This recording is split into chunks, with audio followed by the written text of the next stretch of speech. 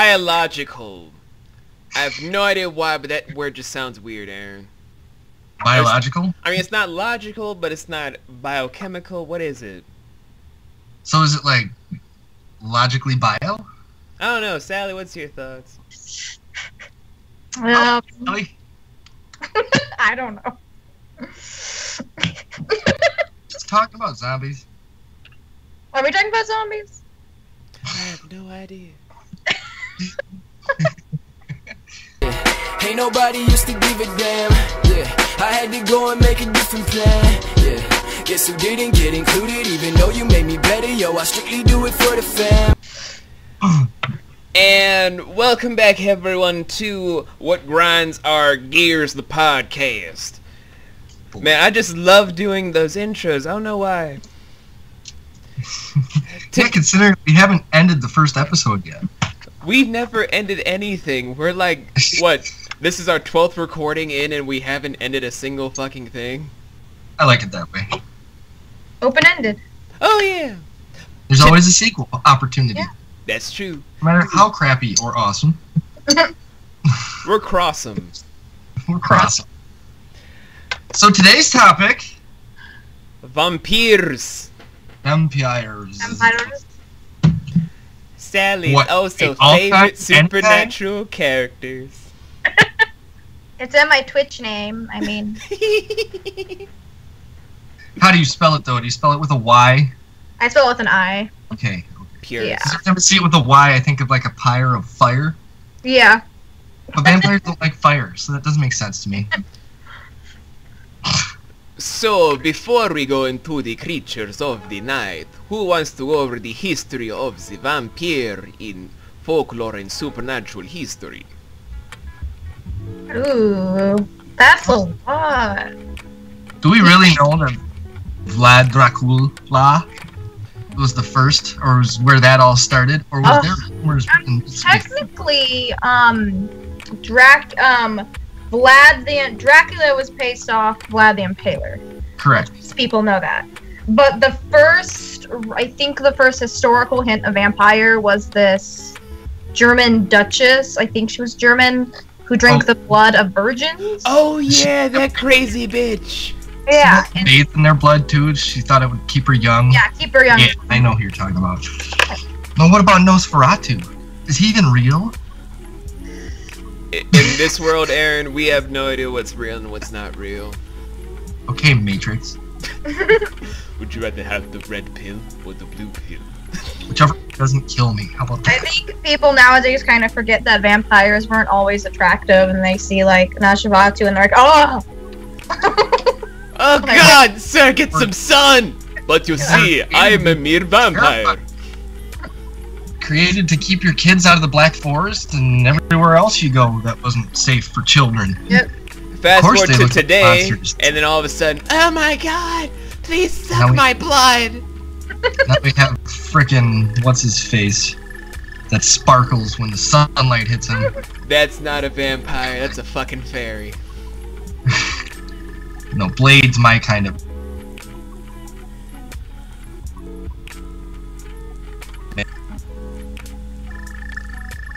Blade is interesting because he's like half, and that you don't see that a lot. Yeah, but the whole circumstances how he became half is still weird to me. Oh yeah, His a mother was vampire. while pregnant, and then she was struck by lightning in the movie. I don't know Yeah. about the comics. In the comics, it was a little bit weirder. Like, his mom is pregnant, but she still has the blood of a vampire while his dad is human. Kind of like how in Castlevania, Alucard being half human, half vampire is kind of an odd construct of weird sort of notes here and there. Oh, so in the comic book, she was a vampire, had vampire blood, and slept with a human, and that's how he's a hybrid? Something like that, but I kind of enjoy more of how Adrian Tepesh, aka Alucard's whole backstory being a vampire is, but that's a story for another day. I think I like Blade, the movie's version, a little bit better, too. As far as I knew, vampires couldn't breed, other than, the Yeah. blood. Technically, they can't, but only it fits a certain circumstance in the writer's Yeah. case. Like in Underworld, where it's like, We got the first. Magically as a child. We got the first magical child that's also a vampire and a werewolf and a human, and it's like the That's savior. what I never got. 'Cause it's like, you're a vampire, you get turned, you die. So your body would stay in that permanent state. So there's no way male or female could get pregnant or get someone pregnant. See, I'm a little pissed off at the Underworld series right now. I know it's off topic. I don't give a shit. When do we ever not go off topic, though? I know Aaron? you said every episode, and I don't care. Like, I'm doing it. here's our description. We have no ending. We go off topic. And someone always Hey, laughs it still has to do randomly. with Vampires. It still has to do with vampires. I'm pissed off because the first two movies were dedicated to, oh my god, it's the first werewolf-vampire hybrid.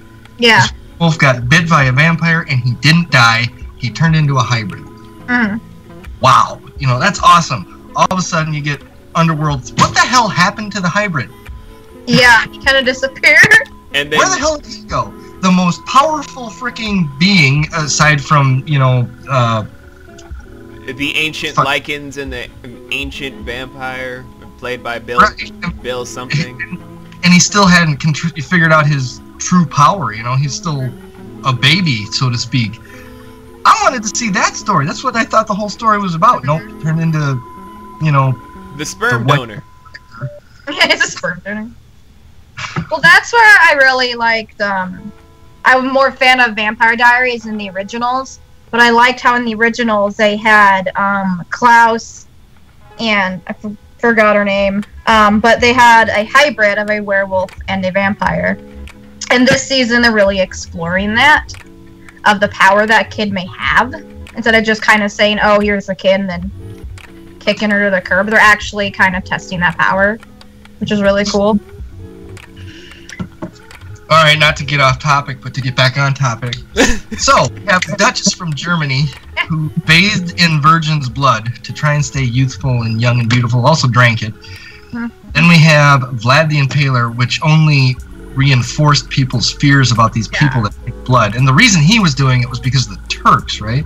Yeah. Yeah, he was a sex slave to the Turks because Oh, on them. but yeah, Well, what he would do was he would impale people, and then he would put their blood in these big wine glasses, and he would drink it And dip his bread in it. Yeah. All sorts Yeah. of gruesome to things. kind of give to his enemies, like, I'll do the same thing to you as a threat. Which only adds to this fear of you know, vampirism. So when they finally capture Vlad and they decide to terminate him or execute him, they didn't bury him underground. They buried him in a mausoleum so that they could check on him every night and make sure that he was still there, because everybody thinks he's a vampire. He's the son of Dracul, which is what Dracula means. I didn't know that until I watched a history special. But anyways, so he's buried, and then the night after he's buried in this, he's not really buried, put in this mausoleum or whatever, the person or the friar or I don't know what the hell he was. He wasn't like a security guard or anything. He was like a friar or something of a church. one of those Goes- peasants that got molested when they were a kid at the church. Right. Goes to check on him the next night after his execution, and he's gone. His body is gone. The cover to the tomb is off, and his body is now gone. And that's actual fact. That's not even myth. But there are legends as to what happened to his body, but again, we can go into that. story I for know another nothing day. about that. Oh, okay. About that stuff. Anyways, there's a little history of vampires. Vlad the Impaler, I think, is the most recognizable. The Dracula. Him and because- Camille. Camille. Is that the lady? Yeah, the first lesbian vampire. Oh, Right. because there was actual proof that he, you know, supposedly rose from the dead because he wasn't in his grave the next night. So that reinforced Transylvania's fear. Isn't that where all the monsters are? Is Transylvania? Yep. Yeah, apparently. Transylvania or except for- anywhere in Germany. Yeah. We'll get to the creature of the Black Lagoon. You don't worry. Yeah, we'll get to all these topics, but from just its whole history of just like, oh my god, these very vicious monsters of the night that could just turn us all into monsters or turn us into their slave-like army of ghouls. Where do you think the transition came to vampirism? What do you mean? Transition as to what? Like transitioning them from these frightening individuals to like the whole, oh, we want to understand them, but they're so dangerous. Okay, I think that's I think that was a whole romanticism. I think it started in the movies with Interview with a Vampire. Yes, absolutely. Damn you, honest, Anne Rice. Oh. And I'm not gonna blame her because you know what? That.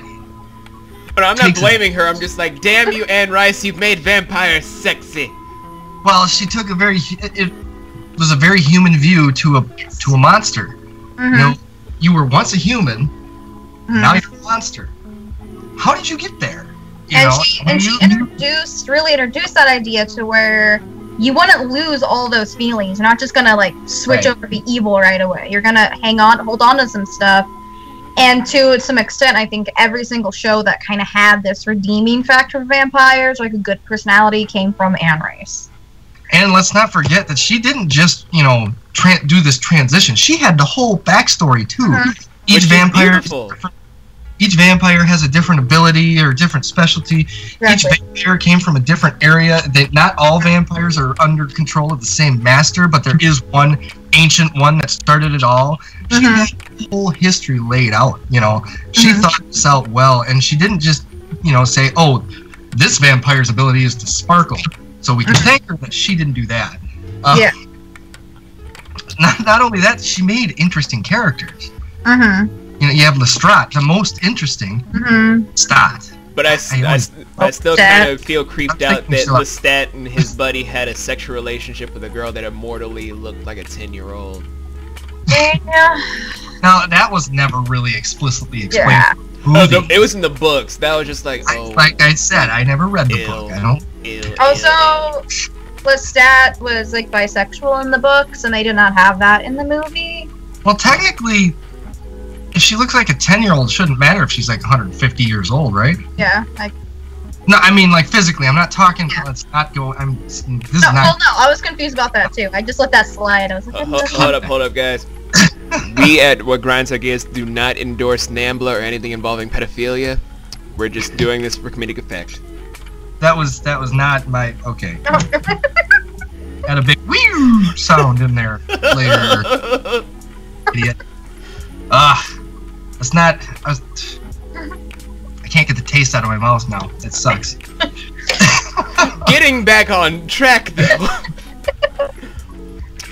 Although Anne Rice was the person that gave us a good amount of stuff with vampirism, and I do thank Capcom for making the Castlevania series about making all the stuff like Dracula being, although kind of attractive, being a villain in its own wake of having him and his son being imported and then having all these things interpreting about his backstory into his first wife, his first love, how he got his child, how he got into his powers, how he became friends and master over death.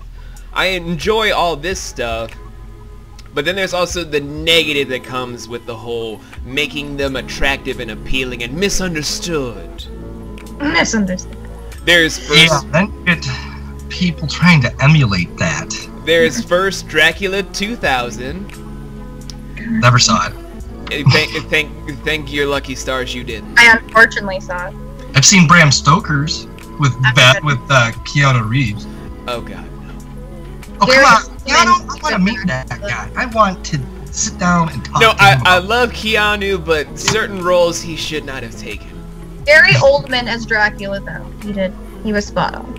And then let's not forget the biggest abomination of vampirism that's happened since the unfortunate thing of the live-action Dragon Ball Z movie. Oh. Delayed. Yeah, I just faded out of time for Aaron and Sally. I was saying the biggest abomination of vampirism since the live-action Dragon Ball Z movie. Oh my. That, of course, being the Twilight Saga. I'm not a huge fan of Twilight, but I wouldn't compare it to Evolution. Right, yeah, I don't know I that. say that It's a pretty because movie. There were sequels. I say that because at least the movies were following the book, so they followed the source, unlike Evolution. But therein lies also the problem, Sally. The book sucked ass. Oh, I know the book sucked, but like It's meant for tweens and teenagers. exactly, it wasn't meant for like the older generation of people who appreciated vampires. It was meant for a Which younger turned audience. into- And then you hear all these ridiculous stories of and they were true. Did this actually happen? Wives leaving their husbands because they weren't like, I don't even know his name now. Oh my god. If And you erased won't it. psychologically abuse me and then use all this stuff to make me feel lesser than, I am leaving you. Told me she is sad that I don't sparkle. See? There are some parts My wife. of the Twilight series that I actually appreciated. Over all of it, I wasn't. It's not like I don't absolutely hate it. I won't like spit on it, but I won't watch it again or read it again. But there are some parts I actually really liked, like some of the characters' backstories, like Rosalie.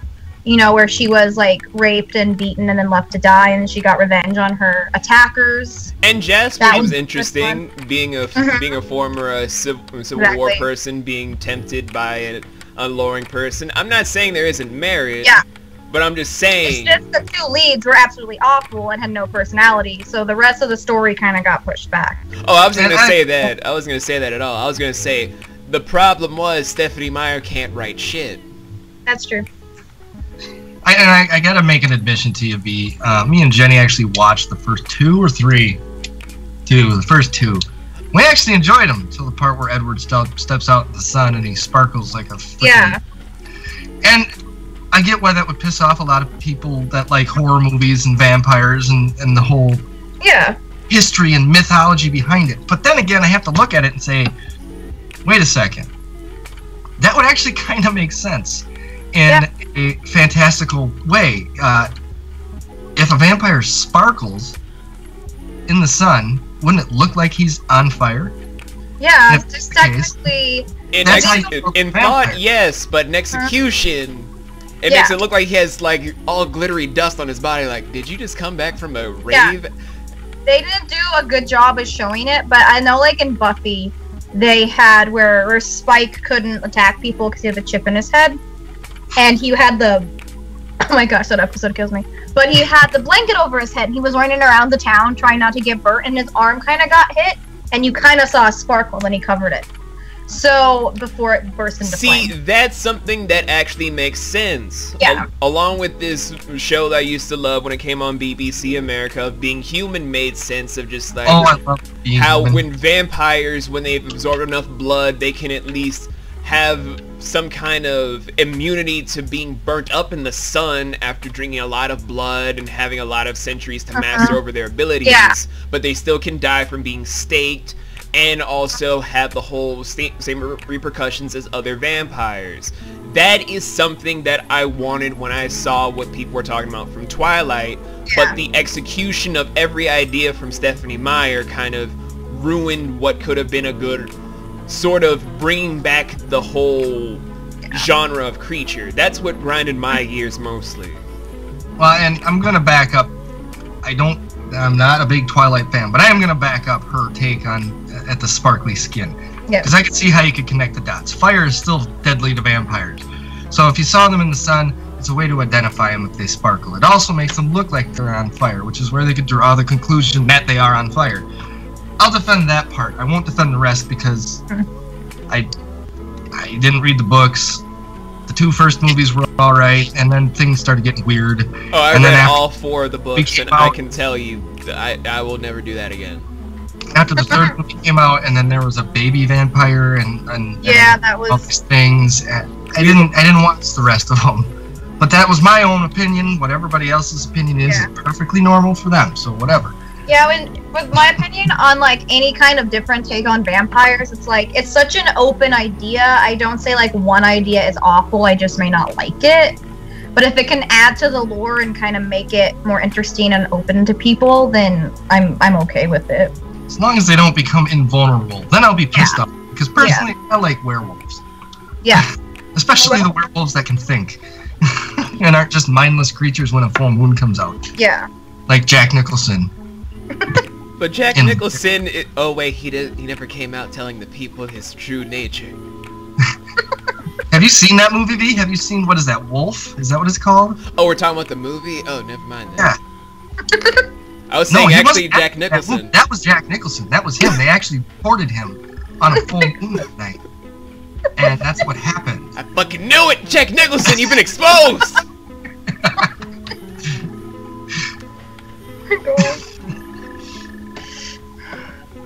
Oh, just like Arnold Schwarzenegger is really the Terminator. Those were all live shots from like his birthday party. It's a crazy fucking party. So crazy it was like 5 movies long. I will say though, I think an underappreciated vampire lore is the World of Darkness. And unless you play the tabletop game or Vampire the Masquerade Bloodlines, you wouldn't really know about this lore. But it goes in deep from like, you know, like the 1600s, you know, before that. They have like 12 different clans of vampires. They go into their interaction with werewolves. They have like Nosferatu in there, and each is like a special different ability. And it is really interesting, especially the game, like the tabletop game. So it's like with D&D, you make your own character, but you throw in like vampire lore, you throw in like werewolves. It looks really fun to play. But then like the video game, Vampire the Masquerade Bloodlines, you can pick between 8 different clans that you can be in. And I thought that was really cool. And it's an unknown lore story unless you do tabletop games or you play the game. But it is really interesting. It does sound. You know, we were just watching an iZombie episode the other night, where she eats the brain of the dungeon master that plays D&D. Yeah. And I have some friends that play D&D. I have never partook. I've never been able to partake or whatever of the tabletop gaming scene. I never had anybody that wanted to play with me. I played it once. Later on in life, and I discovered that, oh, some of my friends are secret D&D lovers, and now they're not so secret anymore. Just put it out there everywhere, and I'm like, yeah. I played Risk. Why would I not be interested in Risk D&D? was fun. Yeah. Risk was fun. But I'm never playing D&D. Anything near what D&D is, but yeah, that was my I'm like, I played Risk. Yeah, I'm not playing D&D ever again with a certain group of people. Okay, so how does everybody feel about the current, what should we call it? Climate of vampires? Of vampires in these groups of I don't want to offend anybody, these groups of goths that take a step further, where they actually, I don't know, is it they cut themselves and then put it into a drinking glass and they share their blood with each other? That sounds more like emos, but eh. Well, they're all the same. When I was in high school, there were goths because emo didn't exist. Now everything's emo. I mean, they're the goths from my time. I saw a documentary actually where it was talking about how a group of people in Florida who actually think they're vampires, and they would like cut each other and then like drink each other's blood. I'm like, that to me is just like odd. Like there's the point of liking a show or liking the lore or a video game and, you know, getting into it, and then there's like actually thinking you are one and hurting people. Well, but see, okay, so all the stuff that they do is consensual. It's not like they're running around cutting people, stealing their blood, and then going and drinking it. From what I've seen, there was one case actually that I did see.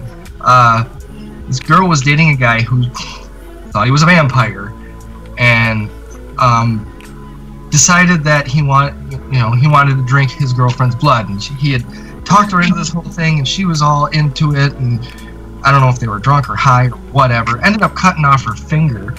Not on purpose, apparently. Apparently it was accidental, but it wasn't like just her and her boyfriend. It was her and like a group of people. Do you remember?